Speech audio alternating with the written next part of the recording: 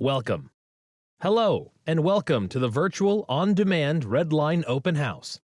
I will be walking you through the display boards from the Maryland Transit Administration's November 2023 Open. For each board, I will provide an overview of the information. I encourage you to either pause this recording or download the PDF file if you would like to look through the content in greater detail. After reviewing the materials, we hope that you will click on the survey link provided in the description of the video to share your feedback with us.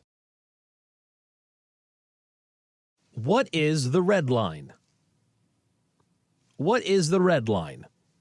The Red Line is an east-west high-frequency and high-capacity transit line for the Baltimore region traveling through downtown Baltimore between Woodlawn and Bayview. The need for the Red Line was recently reaffirmed by the Central Maryland Transit Plan in 2020 and East-West Corridor Feasibility Study in 2022. The relaunched Red Line project will build upon these two studies as well as extensive technical work and community engagement conducted prior to the cancellation of the project in 2015. The Baltimore region deserves great transit. While specific outcomes will depend on the transit mode and final alignment, we know that major transit investments like the Red Line provide many benefits to communities throughout the region. It is an investment that improves transit access for seniors, connects students and workers to education and job opportunities, and integrates with the existing rail stations and high-frequency bus routes. The Red Line can help people save money and can also bring more money into communities along the corridor. According to the American Public Transportation Association, using public transportation instead of driving a car can save the average person nearly $10,000 a year. Their data also show that every dollar invested in public transportation brings about $4 of investment in those same communities. 1 in every 3 Baltimore households do not have access to a car. This means that a significant number of community members rely on transit to get them to jobs, healthcare, education, or all the places they need and want to travel. The Red Line can significantly increase access for those families and give them time back in their day. Summer 2023 Public Engagement. Throughout the summer, the Red Line project team heard from over 1,500 people through 5 open houses, 20 pop-up events, 30-plus stakeholder meetings, 300 completed surveys, and comments that were submitted through the website.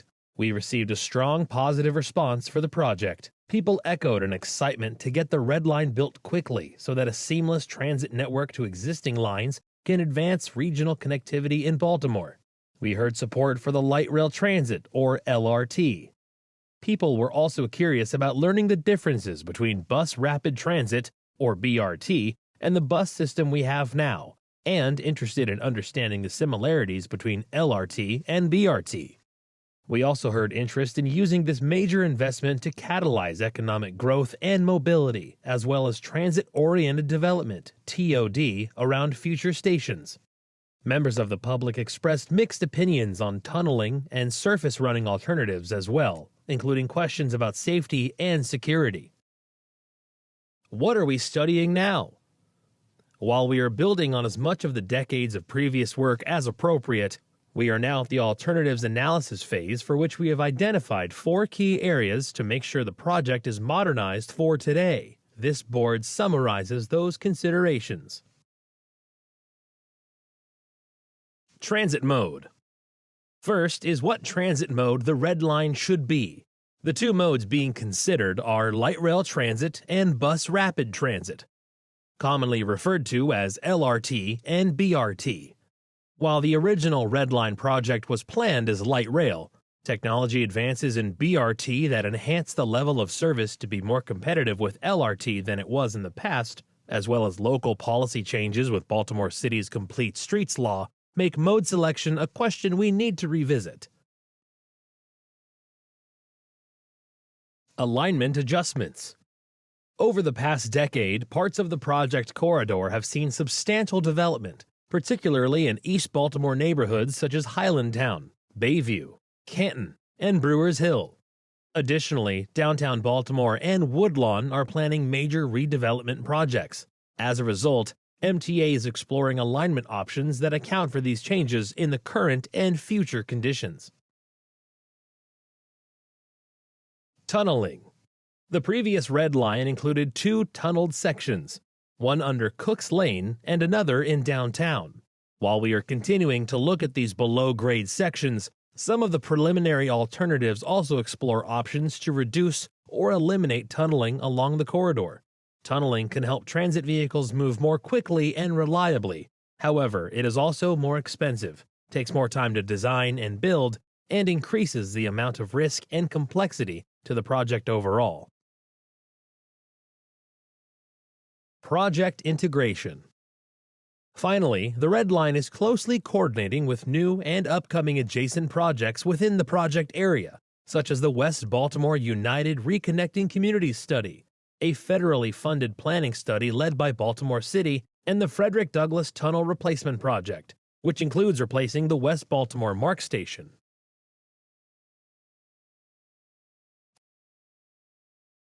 Preliminary alternatives under consideration.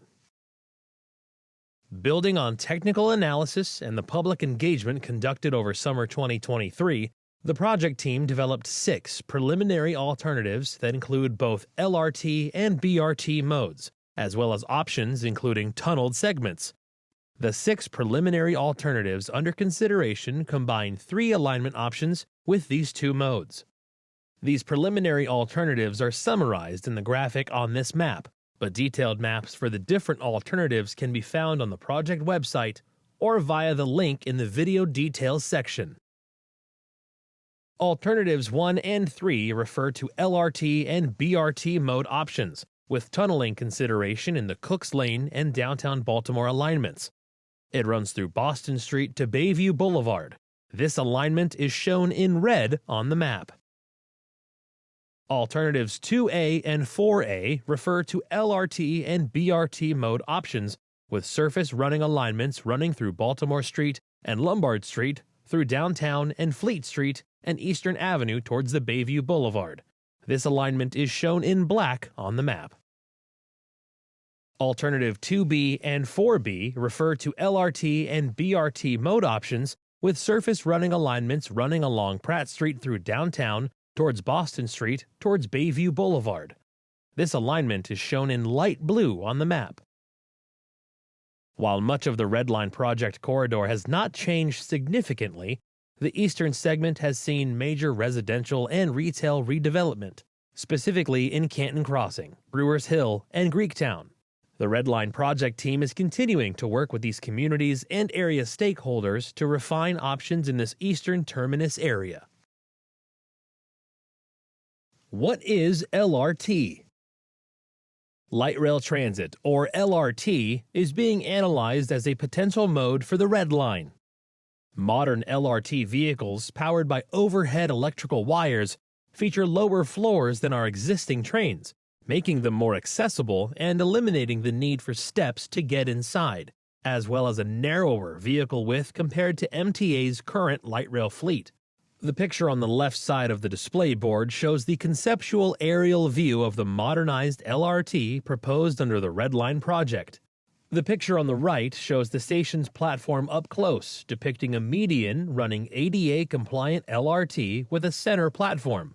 Photos below show similar examples of LRT from cities around the U.S. What is BRT? Bus Rapid Transit, or BRT, is being analyzed as a potential mode for the Red Line.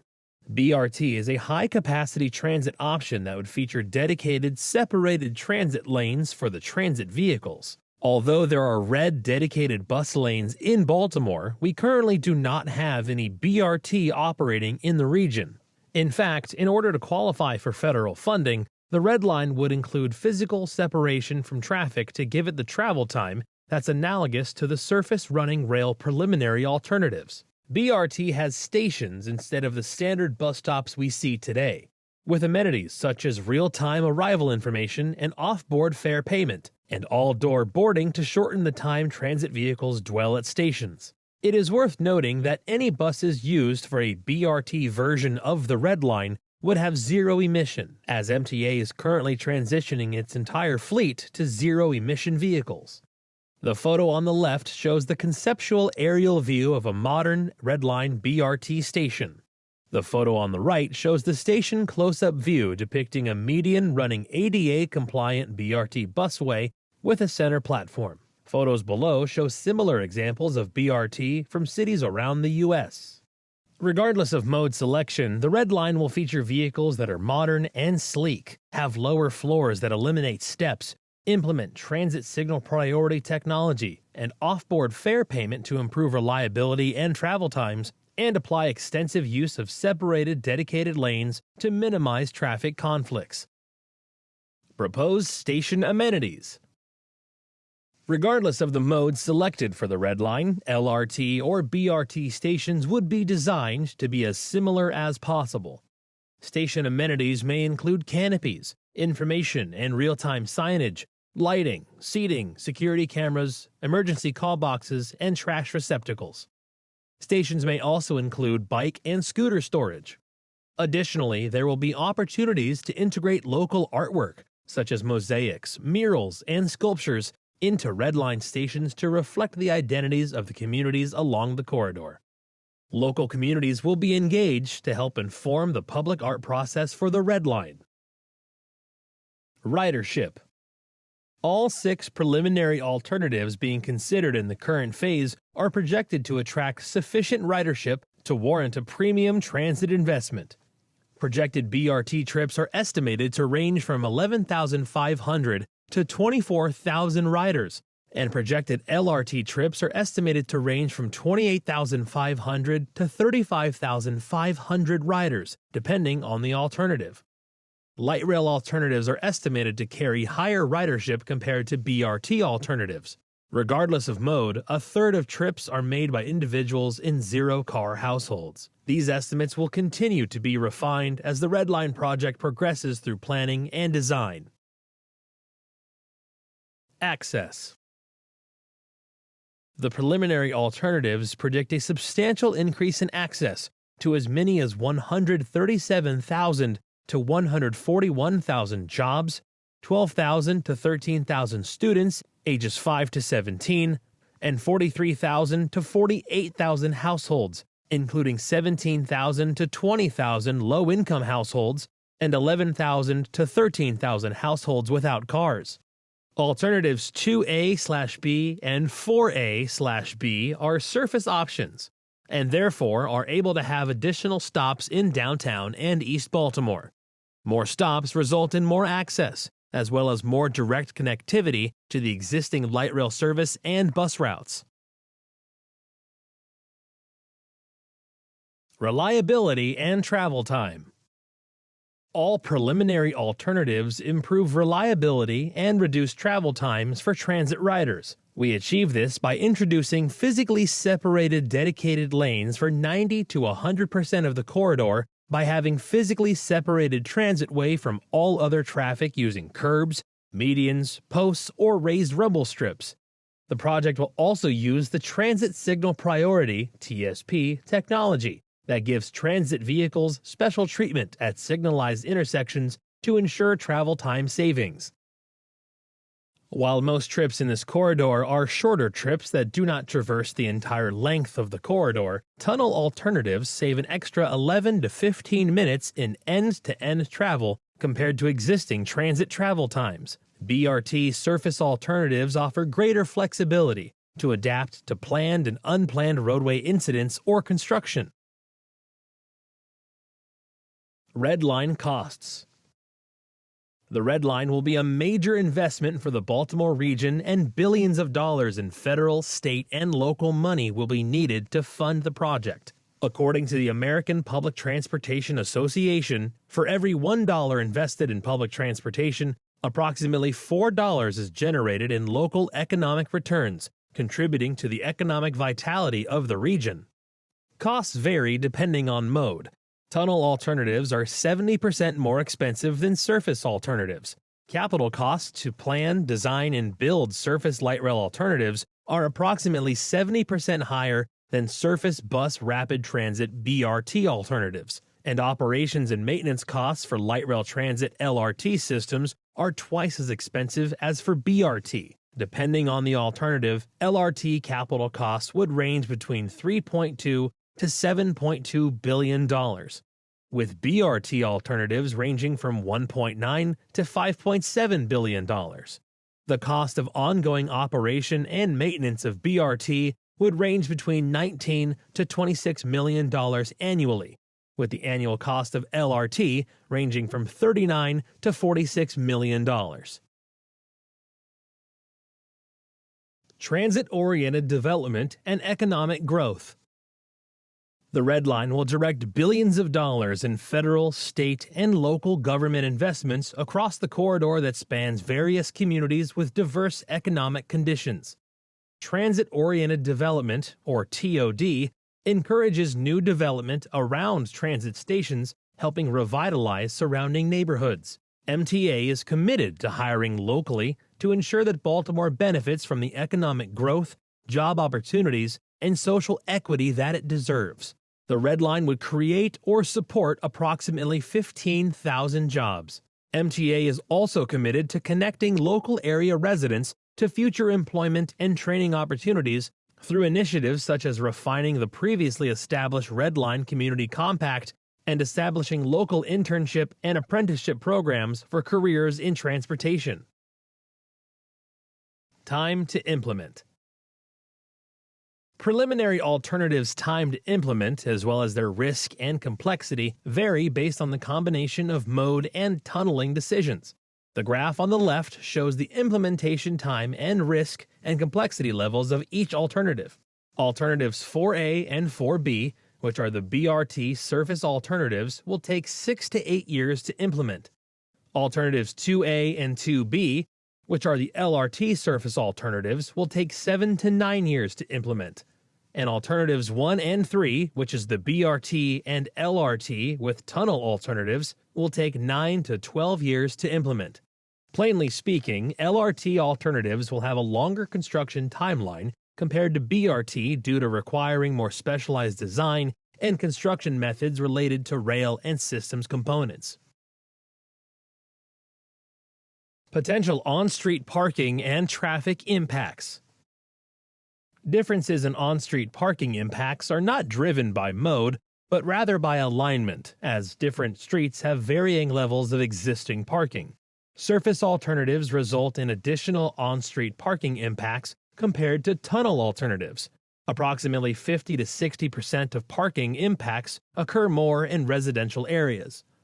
Summer 2023 outreach showed a strong community preference for a dedicated transitway, which will require reducing the number of vehicle lanes for parking for travel. MTA is partnering with our colleagues at Baltimore City DOT to ensure the Red Line design follows guidelines set forth by the Complete Streets Law, which prioritizes the movement of walking, biking, transit, and freight above private cars.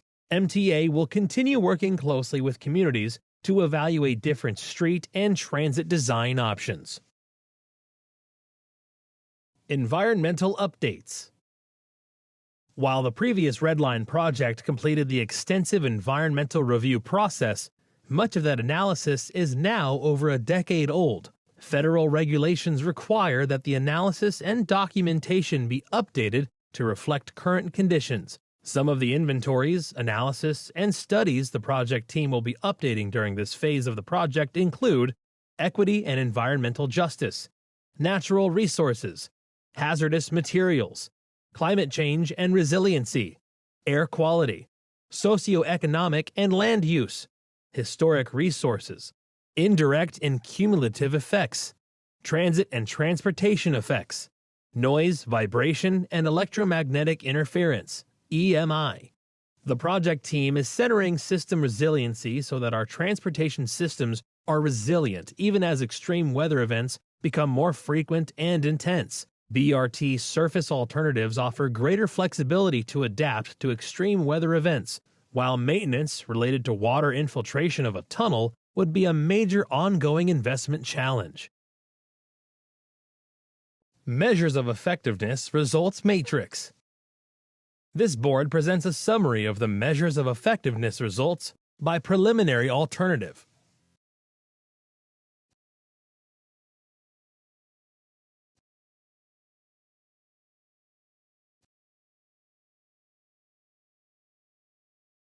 Next steps.